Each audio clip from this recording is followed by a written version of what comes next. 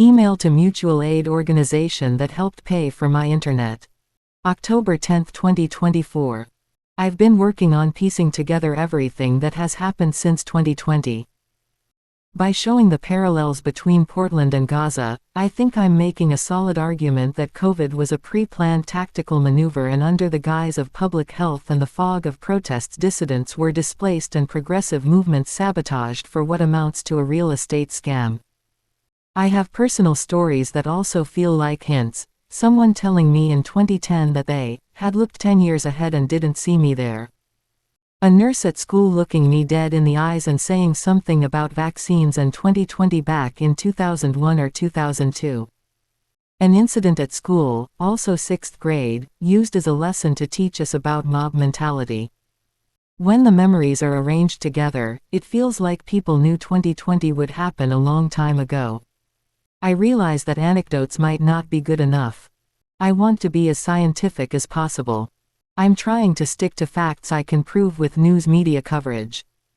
It would help to have friends who knew better than I do how this would have worked. I keep saying it's as if the world was plunged into a global military after 2020, and if you didn't know or would never join, you've been involuntarily placed in the used division. I've been anti-war my whole life as well. There's been a pattern of cleaning out areas to build fancy things the local people couldn't afford to enjoy. I have no idea where the protest community has gone, but it seemed like everything stopped in September 2020. Meanwhile, local police are anticipating unrest and are asking for $2 million in overtime pay ahead of the election, but it's like everybody went somewhere else.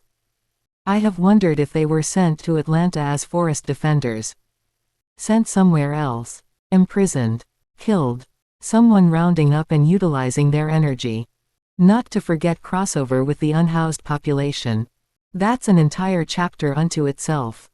The potential poisoning of the entire downtown core through tear gas and laced drugs designed to sabotage progressive policies. Again, speculation, but something like that. There's so much more, but I'm feeling overwhelmed, and I know my argument hinges on credibility. I have been surviving under duress myself. I really need smart friends who genuinely care about the protest communities. I've been alone and isolated for 4 years, surrounded by strangers who I can't see. They come into my building and work with neighbors to bang on my apartment, or seem to be sitting outside or drive by the place blasting sirens and banging on shit. It has felt like torture. I have physically deteriorated. I have nowhere else to go, and I also refuse to leave after what feels like literally fighting to keep my home. Feels like there is a theocratic discrimination aspect of whatever COVID is about. I'm a lifelong humanist. Also half Jewish genetically, though I was raised in a Christian context with mandatory chapel services, etc. I'm secular anyway, so I don't really know how to label myself. That's just one piece of this global puzzle. It seems many things have been happening at once. Complex doesn't mean wrong. Some kind of test. Some kind of filter. Some kind of scam. Some kind of genocide. I've been calling it Candyland Capitalism. I need to increase my production value, but I have put together some rough found footage documentaries on YouTube. https://youtube.com/Voltaverse. My videos are kind of bad, but I'm just figuring out how to do everything on my phone. My computer died. Still, it feels like some hint is better than nothing. For the sake of passing buckets of water to the fire burning down the future at least.